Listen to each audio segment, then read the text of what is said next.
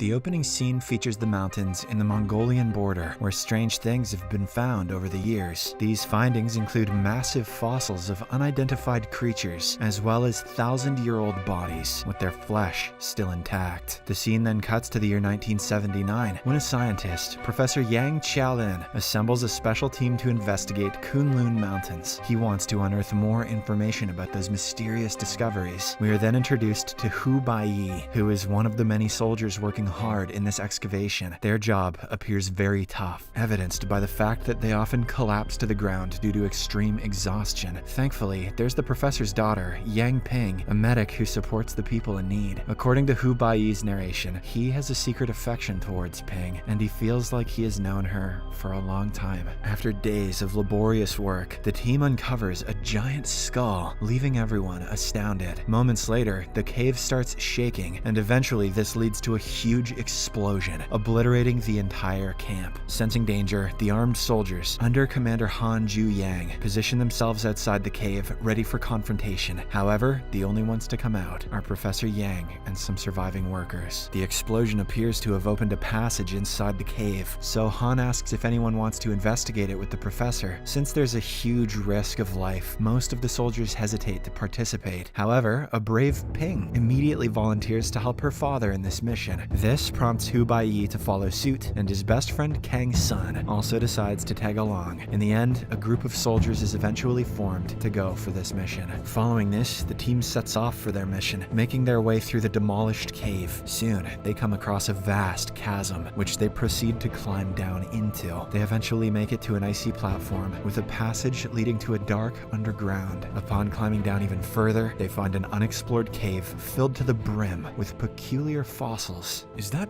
Joe Biden? After wandering around for a while, they discover an exit that leads them to the other side of the mountain. Professor Yang tells Hu Baiyi that according to the legends, there's the gate of an ancient kingdom in this vicinity, belonging to a pent secret government. Their conversation is suddenly interrupted when the other soldiers find a shocking discovery, a colossal paw print in the snow. Following this, the team starts pursuing these paw prints, unaware of the fact that a giant beast is nearby. On the way, they find numerous butterfly-like creatures fluttering around them. Upon a closer look, they realize these aren't butterflies, but peculiar-looking bats. Unbeknownst of the threat they pose, one soldier captures one with his bare hands, triggering an unexpected outcome. He burns down with a blue flame, resulting in his demise. Two more soldiers rush to his aid, only to suffer the same fate. Seconds later, hundreds of these bats surround the team, prompting them to open fire. The noise of the commotion startles the giant beast nearby, causing it to retreat. However, its sudden movement triggers an avalanche, posing another challenge for the group. In a desperate bid for survival, the soldiers begin running away, yet several of them are killed. At one point, they're forced to stop because there's an abyss in front of them. Left with no other choice, the soldiers pair up with ropes before jumping into it. As they fall, a rope tying Hu Baiyi and Ping gets stuck on a piece of ice, leaving the two hanging. Not long after, the rope snaps, causing them to plunge into the darkness below. In the next scene, Hu Baiyi regains consciousness and finds himself in Ping's arms. He is unable to understand how he managed to survive such a fall. This incident reduces the number of survivors to 4: Hu Baiyi, Ping, Professor Yang, and Kang Sun. The rest didn't have names, so we didn't care about them anyway. These survivors then gather as many supplies as possible before resuming their excavation. Eventually, they come across an expansive cave with a tall tower at its center. The professor recognizes this place as the sacred palace of Kunlun. The tower is said to have 9 levels, where demon creatures have been trapped. Professor Yang then kneels down and lights up a candle. The fire instantly creates a flame that summons a swarm of bats, encircling the tower. After this, he sends Hu Baiyi and Ping to the tower's entrance, disregarding Kang Sun's warning. As soon as the duo step in, holding hands, an opening appears on the top, emitting a bright light. Soon after, the cave begins to fill with numerous spirits. Assuming that they have opened the gates of the devil, Kang Sun immediately extinguishes the candle, thwarting the entire process. Unfortunately, as a consequence, the cave begins to collapse, and the bats return to attack them. Sensing the impending danger, Kang Sun sacrifices himself to divert the bats' attention, enabling the remaining group members to flee. The 3 of them somehow manage to find an exit, but it's on the high edge behind a waterfall. While contemplating their next move, the bats catch up to them and launch their attack. Hu Baiyi attempts to fend them off with fire, but a bat strikes him from behind. Upon witnessing the emergence emerging flame. Ping hastily pushes him into the water before jumping off with her father. Hu Baiyi manages to find her underwater, but they're soon separated by a giant water creature that takes her away. In the aftermath, a heartbroken Hu Baiyi swims out and makes his way back to the base. Once there, he gets his wounds treated, while Han informs him that he's the only survivor. The commander further mentions that they found all the dead bodies of their soldiers, except for Ping's and her father's. Devastated by the loss of his loved ones, Hu Baiyi decides to quit everything and boards a train to return home without notifying anyone. At the station, he is received by his new employer, Mr. Wang, who assigns him a job as a librarian. From that point forward, he starts working there and lives a peaceful life. One day, during a lunch outing at a local bar, Hu Baiyi unexpectedly reunites with his childhood friend, Kai Xuan, who works as an entertainer. The following day at work, he stumbles upon a book authored by Professor Yang. Upon going through it, he discovers several contents of the same demon tower, which makes him realize that the professor was aware of it since the very beginning. As he connects the missing dots, he understands that only he and Ping could activate the demon tower, explaining why Professor Yang sent them in earlier. Meanwhile, Commander Han and his team discover a coffin containing a living woman resembling Ping. They refer to her as Shirley. This woman possesses an uncontrollable, mysterious power, so the officers are forced to confine her in a closely monitored room. 3 years later, Han's team finds Professor Yang and brings him to their headquarters. Simultaneously, in West China, Oil City comes under attack by the enigmatic giant beasts, causing widespread destruction. When Professor Yang learns of this, he theorizes that the tower's activation has opened gateways in space and time, allowing demonic creatures to infiltrate Earth. In order to seek deeper insights, the professor sneaks out of the military headquarters. The emergence of these demons appears to have its effect on Hu Baiyi as well, as the scar on his back becomes troublesome. One day, while reading in the library, his back suddenly ignites with blue flames, and he begins exhibiting inexplicable powers. He can now make furniture, as well as his friend, float in the air. Shortly after, Mr. Wang shows up, and despite witnessing the ongoing commotion, he looks very calm. He quickly gains control over the situation, bringing things back to normalcy. Upon inquiring what's going on, Mr. Wang explains that Hu Baiyi's blood is contaminated by demonic force due to the earlier bat attack. According to him, Hu Baiyi now exhibits immense power, but its use can lead him to hell. Hu Baiyi wonders how he knows all of this, and the latter uses his own psychic powers to transform the library into an old tomb. He finally reveals himself to be a protector of Prince Yi from the Su-Lin nation. He goes on to explain that Prince Yi was Hu Baiyi's predecessor, and he had been the one to lead mankind against the demon race that had taken over Earth. Prince Yi used his own body to seal the tower, trapping most demons inside, but some of them assumed human form. These demons are now looking for Hu Baiyi because he's the only one capable of opening the tower. Back at the military headquarters, Shirley appears to have recovered her memories and surprisingly expresses her desire to meet Hu Baiyi. As a result, Han traces him and pays him a visit at the library. The latter initially refuses to join the military force again, but he changes his mind after learning about the woman resembling Ping. Following this, Hu Baiyi accompanies the commander, and Kai Xuan tags along. Han leads them to northern China, where he introduces them to the team that'll be going on a mission to find the professor. The group comprises a guy named Chang Dong, a young woman Wei Wei, Shirley, and other soldiers. Overwhelmed with emotion upon seeing Shirley, Hu Baiyi addresses her as Ping, but she insists on calling herself Shirley. The group then prepares weapons and supplies before setting off on their mission. They make their way through the desert, riding on camels. At one point of their journey, they're hit by a sandstorm, prompting them to run for their lives. As a result, Kai Xuan and 3 other members get separated from the group. After days of non-stop travel, Hu Baiyi's group arrives at the ruins of Oil City, while Kai Xuan's group is still in the middle of the desert. When they are suddenly ambushed by demonic creatures, Kai Xuan's group further splits up in a desperate attempt to save themselves. Despite their efforts, the monsters kill 2 of them, while Kai Xuan and another man manage to reach Oil City, reuniting with the main group. Upon hearing their confrontation with the monsters, Hu Baiyi suggests leaving to avoid the massacre like it happened earlier in the cave. However, Chang and Shirley decide to stay and complete their mission. Their discussion is abruptly interrupted by the approaching sounds of monsters. As a result, they arm themselves and prepare to fight. They soon gun down the first beast before chasing the second one. However, when they turn back, the first one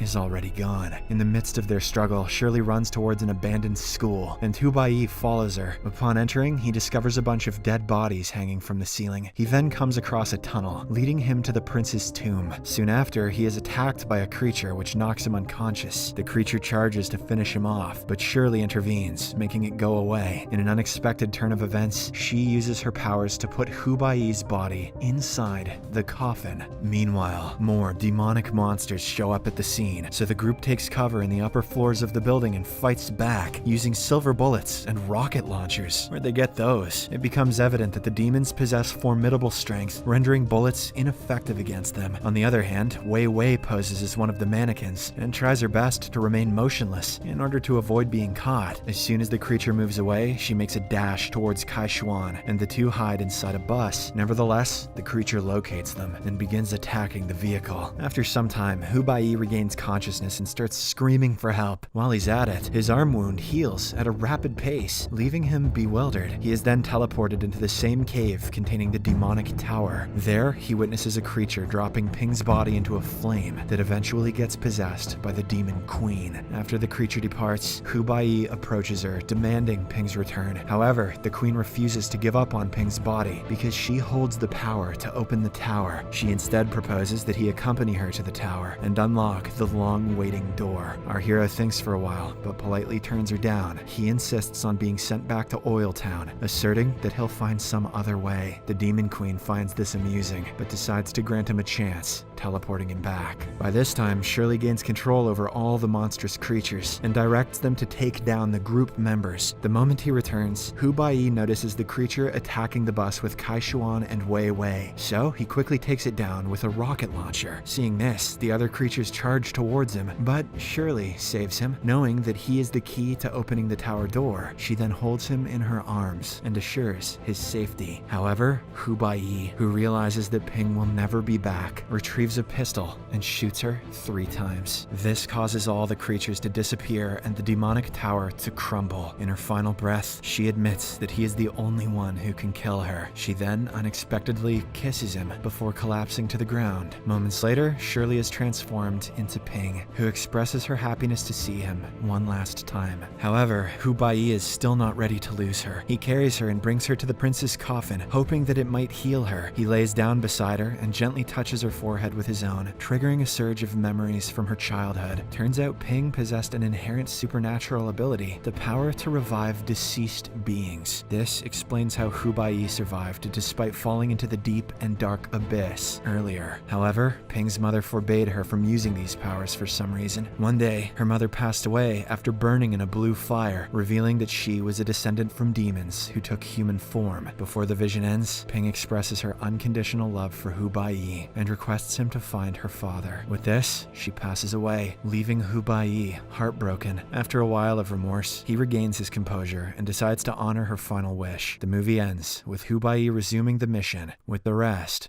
of the team members. Subscribe for more videos like this, turn on notifications, and leave a like to help the channel out. Thank you for watching.